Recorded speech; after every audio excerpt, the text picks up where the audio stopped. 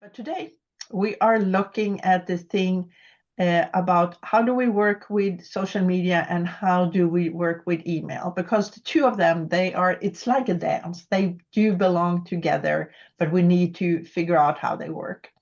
So uh, and each of these channels really have their own strengths and features that benefits businesses and organizations. So with social media, you can reach a lot of people. With email marketing, it's really opt-in only. But the advantage with email marketing, you own the list. You have the list, it's yours. And whenever you send an email, it reaches the people that you have emailed. And when we say list, it's a list of email addresses that are yours. On social media, we have no clue what the social media platforms are doing with our posts. We have an idea, but the algorithms are always changing all the time. So we really don't own them. They might be following us, but we don't. We cannot really be sure that everyone sees what we are sending out on social media. With email marketing, there is a 97% delivery rate. But with social media, you have the ability for people to get engaged and reshare their content. And with email marketing, you have more long form content. And you do get a higher return on investments for email marketing, because on social media, it's kind of hard, especially if you're working with different platforms, to see which of that platform that you spend time and maybe advertising dollars make a sale in the end.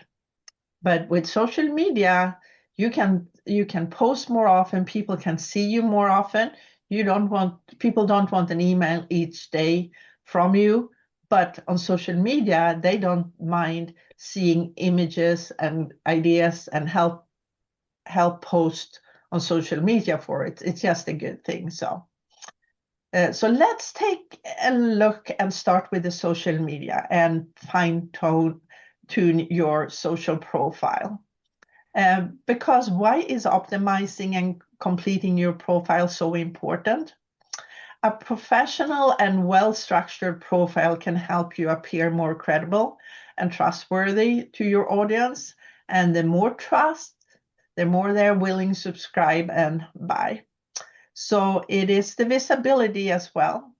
You want to make sure that when you complete all the different platforms that you are using the same images, the same links, everything.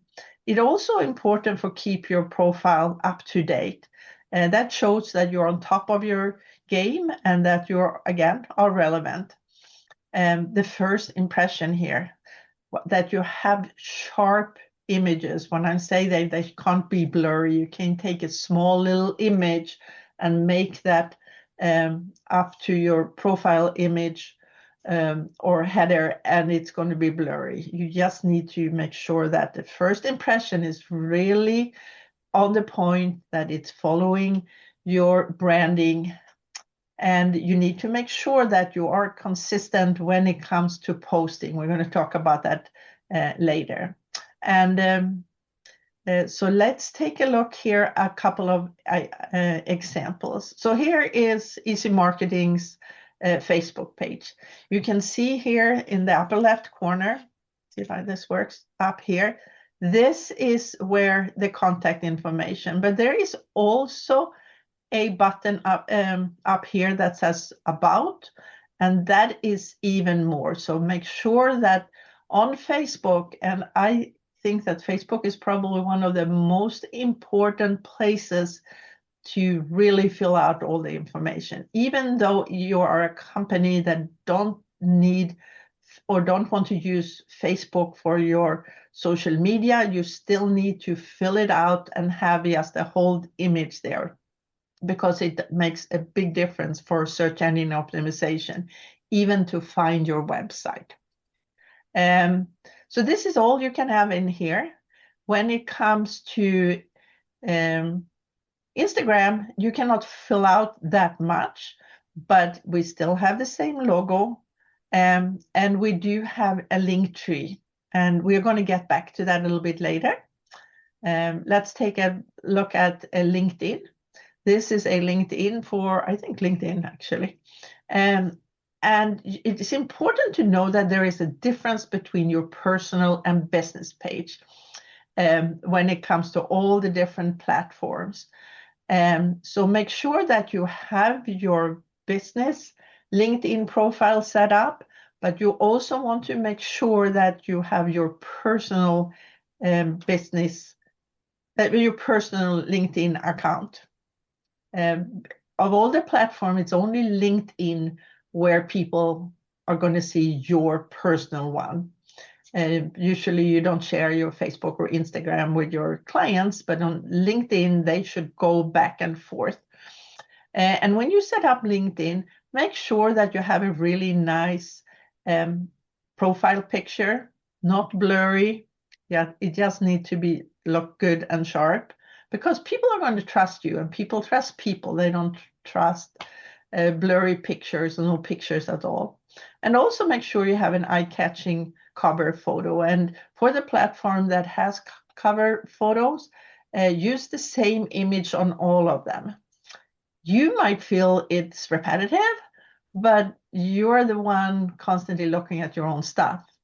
Other people get confused if there are different platforms. And then on LinkedIn, make sure you are leveraged the description and about area. And they're also on LinkedIn, which is very important if you're business to business, that you leverage the posts and that each platform allows. So here are a couple of examples of posts we do for one of our clients. Okay, so Chloe, take it away. So now that we've spent some time working on your profile, it's time to think about the content and how you'll make captivating content with compelling narratives.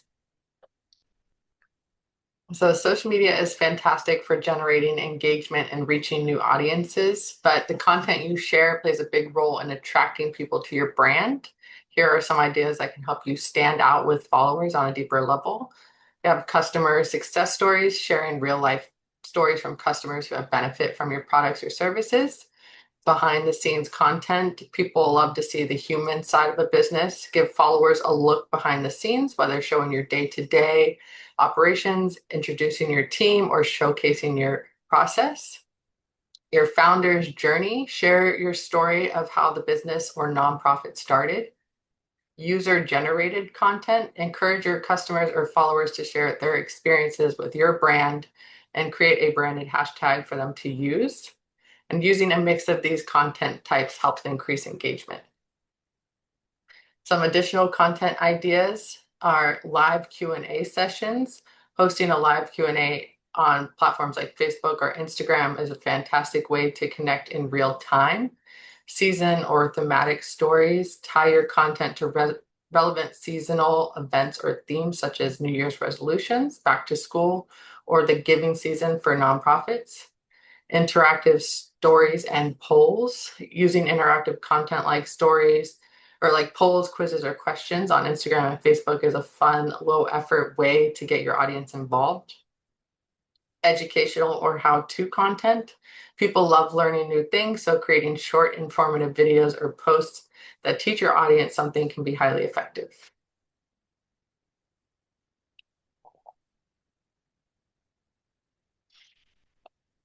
So when brainstorming content ideas, small businesses and nonprofits overcomplicate things. It's easy to feel that everything has to be brand new, but in reality, there are ways to maximize what you already have. Here we have an example of an email campaign that is sent out that we then send a social media post out to all of the platforms with the link to the newsletter. So it's just a way of using something a couple of times.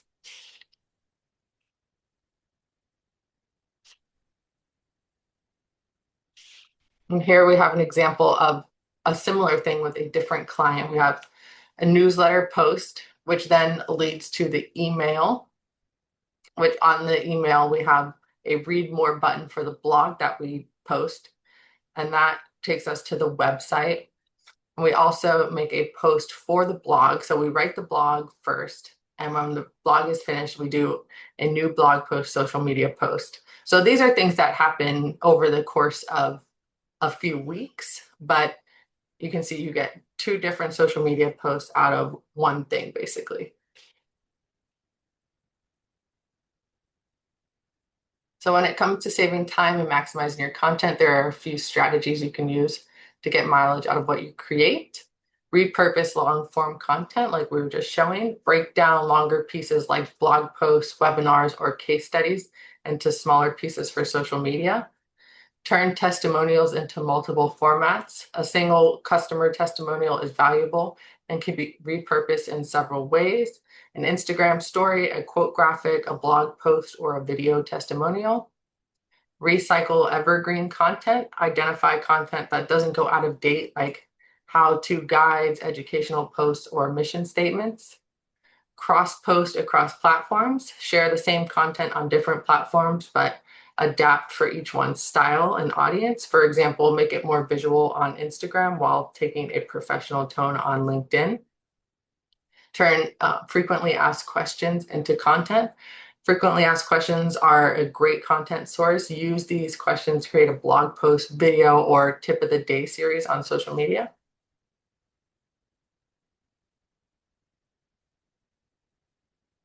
But when it comes to capturing attention with content, structuring it in a way that draws people in is key. Let's go over a simple framework to guide you. The hook. Start with something that grabs attention right away. It could be a bold statement, a surprising fact, a relatable problem, or an intriguing question. The first line is what stops the scroll and piques interest. Relatable problem or opportunity. Once you have their attention, explain a problem your audience faces or an opportunity they're missing out on. The goal here is to make it specific and personal. Solution or transformation. Show how you or your product or service can help solve the problem or capture the opportunity. This is where you can use real life stories, customer testimonials, or hypothetical scenarios.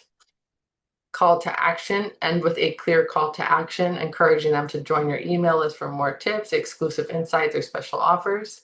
This is what directs the audience towards the next step in their journey with you. So here we have an example of an ad we did for a summer camp, where people are looking for something to do for their kids for the summer. That's the problem. The hook is the picture. It grabs your attention, and giving them a call to action at the end, the register now. So we know that this is a rock climbing picture. We had a couple people say something in the SCORE webinar. We did a series of posts on this because it says aquatics camp. We did a series of posts where they're tubing and they're wake surfing, but surprisingly, the other things that they do in the summer camp, like the rock climbing, crafts, just pictures of the kids standing around, were actually more popular than the water sports ones. Yeah, we work them, and we have a budget for $3,000, $4,000, $5,000 to do advertising before the summer, and so we create lots of different versions. And with Facebook and Instagram, you put up the different versions, and just as Chloe said, Facebook helps and figuring out which of the different posts are getting the best response and clicks, and that's ends up being the ones that Meta is showing more often, and that also turns out being great results. So we're going to give you a couple of examples of using hook, problem, solution, and call to action for different businesses. This one is business to business. I'm not going to read all of it, but you'll get a video right after this webinar, so you can rewatch it. You can take a screenshot if you want right now, but we just wanted to give you a few examples of different types that you can use for different businesses. Here we have nonprofit, and then an e-commerce retail example. So when you're feeling stuck for content ideas, there are a few simple strategies to get the creative juices flowing. So we have Create versus curate. Remember, it's not all about creating new content from scratch. Sometimes curating is just as effective. Look for posts from organizations, influencers, or partners that align with your brand and share with them your own take or insights. This keeps your feed fresh while connecting with others in your industry. Leverage social media for inspiration. Platforms like Instagram, Twitter, and LinkedIn are full of creative ideas. See what others in your industry are posting and get ideas on what topics are trending and resonating. You can draw inspiration from these posts and add your unique perspective to make them your own. Look at competitors. Check out what competitors are sharing, and that can give you ideas on topics or themes to explore. You don't want to repurpose their content directly, but it's useful for identifying popular topics, formats, or styles that you are working in your field. And join group pages. Industry groups, pages, and forums are a great place to see what resonates with people. You can get a sense of these questions on topics that are top of mind for your audience. Here we have an example of what were you saying something? No, you go. Here we have an example of something that we do each month for our followers is we create a calendar of content ideas for each month and post it at the beginning of the month to give people a head start on holidays, events, evergreen posts that people can prepare for the month. So when it comes to timing, we often get asked when is the best time to post. These are some general guidelines, but you can always look at your insights on your business pages to see when the peak time for your posting is. But the general guidelines are posting at the end of the week and in the morning can be effective as people begin winding down and checking social media. During the week, morning posts also tend to perform well, catching people as they start their day. Midday posts during the middle of the week can capture engagements during lunch break or downtime. Weekend evenings are also good as people often browse social media in the evenings and to unwind. And finally, posting early morning or late at night can be effective too, as you can reach people who are up early or browsing before bed. Ultimately, the best times to post will depend on your specific audience. So it's essential to experiment and figure out where your followers are most active. So how do we convert the social media followers into email subscribers and subscribers into social media followers? So let's take a look of the first one first. So when people starting to see you things on social media, we do want to catch them. We want to have direct contact with them so they don't forget about us, and that is to be able to send emails to them. But they make the choice. You can never force people to sign up for your email list unless they're already your client and you already have contact with them. So therefore, there are a couple of things that can, you want to make sure you know what they want and what they think it's in for them. So a discount or offer to sign up for an email list and take 10% off your next purchase. You've all seen those and probably use them as well. And they might very well work for your business. But you can also do exclusive content. A lot of business to business emails is about industry insights. What's coming up? We have one client, and it's been a lot of emails about how to handling the different tariffs for import right now. And those are specific for that industry.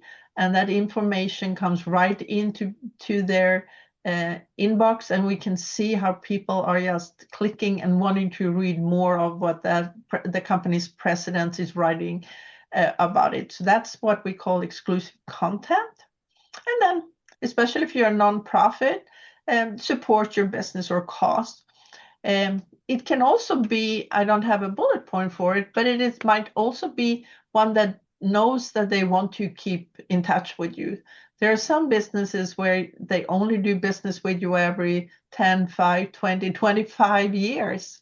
We've been in this house now for 28 years. But I still follow my real estate agent on social media, and she does send out emails because I know the day comes when we need to downsize. And I know for sure that if she's still selling houses, I for sure want to use her. So therefore, I make sure that I don't remove her from my inbox, even though I don't always read her newsletters. And when it comes to asking people to sign up, you can do that in many different ways. A landing page or a pop-up on your website is a good thing. But of course, also in your social media post, you can have sign up for or a newsletter. And then, yes, that term might not be the best. So instead of sign up for a newsletter, you can see what we have here. Digital marketing is about connecting. Let's get started. Sign up to receive marketing tips and emails about upcoming events. And then I also say no more than 3 per month. So those are, I keep it really simple. I explain the benefits. I set expectations so they really know what they're going to get. They're not going to get any coupon from me. They know that it's not going to be more than 3 a month. If you want to, and if it's relevant for you, you can collect phone numbers and start to send out SMS messages or special offers. But you need to be really transparent. And if you decide to collect their phone number for this cause, they will have to opt in a special opt-in on email before they can receive those text messages. But that is part of, we are using Constant Contact, and that's one of their great services they offer. And then, of course, you need to deliver on your promises. So if you promise ideas and marketing tips, it's important that we include that as well. To build your email list and increase the engagement, there are a few tactics Movie can do. So Linktree is one of those. Chloe, you work a lot with Linktree, and this is for Keystone Engineering. Can you explain how you use that and what the buttons are here in this Linktree you have up at that time when you crop this? Yes. So for Keystone, for any of our clients that are using Linktree, Instagram, you're not allowed, the links don't work in a caption, and you don't want to bog down your bio with a bunch of different links. And I'm pretty sure you can only use 3 or 4 links in your bio anyway on Instagram. So having your Linktree as your link on your bio is very helpful because you can put as many links as you want. So every time we post a blog or we post a event that's going on or some sponsorship, we put the link in Linktree and we put in the caption link in bio. So they click on the Linktree, that's the first thing that pops up. We also have on the Linktree buttons at the top to each of their social media platforms. And then we also have a sign up for a newsletter and different main buttons further down. So just in general, on social media, at least once a month, ask people to join you with and receive your emails. And with Instagram and stories, swipe ups or link, you can use it in all of those places. And tag links in visual content as well. So the next thing here is when you have people signing up, make sure that you have it set up. And again, we use Constant Contact, so that's what you can build in there. There is a very simple default thank you letter, but take your time and go in and create something like the one we have right here, where as soon as someone signs up, we send out an automated welcome email. So we are reminding them again what they're going to get to follow us. we are also asking them to add the sending email address, which happened to be my email address, in their address book, because sometimes some emails might go to spam, especially the ones sent from email marketing programs, but it will not go to spam if you have added it to your address book. So therefore, in the welcome email, we do ask people to add that email address in there. So we welcome them to the community. And if there is an incentive, like a coupon, we make sure that is in there right now. And then again, frequency expectations in here. And then tease on upcoming content and building anticipation, you can do that as well. Just as we talked about putting out social media, we have the same question when it comes to sending out emails. So how often? So it all depends on the audience and again, the expectations. And then the next thing we want to do, what is the timing? When do you send out those emails? The best thing is in the beginning, you hardly know at all. But if you start to look at the reports and see when people are opening up their emails, that will really help you get an idea of when your audience is opening up. And for business to business clients, you need to email during the week. We have this rule here that we send emails for business to business Tuesday, Wednesdays, or Thursday between 10 a.m. and 2 p.m. We don't want to send anything on to business owners, business to business on a Monday, because if they've been gone the weekend and they have other things in their inbox before, let's wait at least until the afternoon or to Tuesday. And then on Friday, that is a totally useless day to send business to business emails, especially afternoon or 1 o'clock. No one opens up emails at work. So make sure that you think about that when it's sent out. But if it's to business to consumers, for example, if you're in the travel industry, weekends is probably a very good time, because then people are off, they can sit, they can plan their vacation.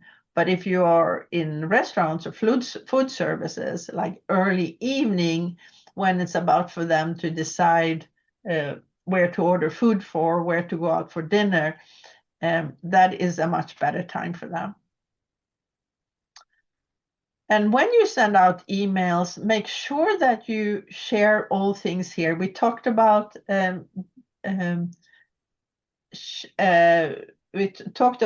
using social media to go in and sign up for the newsletter, but this is an email.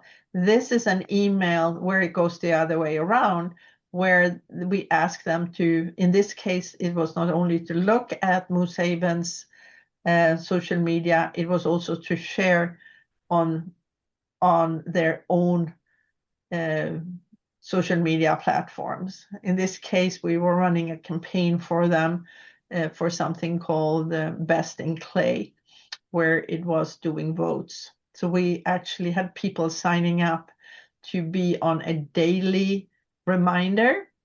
So we set up the first email and put it on social media, and then we told them, if you want a daily reminder, because you could vote once a day in a month, we will send you an email. So that's what we did for them, and it worked really well. So, and then of course, of all their emails should be able to share that email for them. So we talked a lot about constant contact. We do work with them, and we use that for all of our clients, and they do have a lot of features in here. So you can take a look at that if you are interested. And we are up to in half an hour. It's so quick, Chloe. It's a difference between this and an hour and a half. Yeah. So next month, we're going to talk about hashtags and content calendars. So we hope you can join us on Thursday, May 21st, and you're going to get a link in the follow-up email this afternoon with a copy of this video. And we hope to see you then. Yeah. Thank you so much for hanging in there, and hope to see you in a month. Thanks.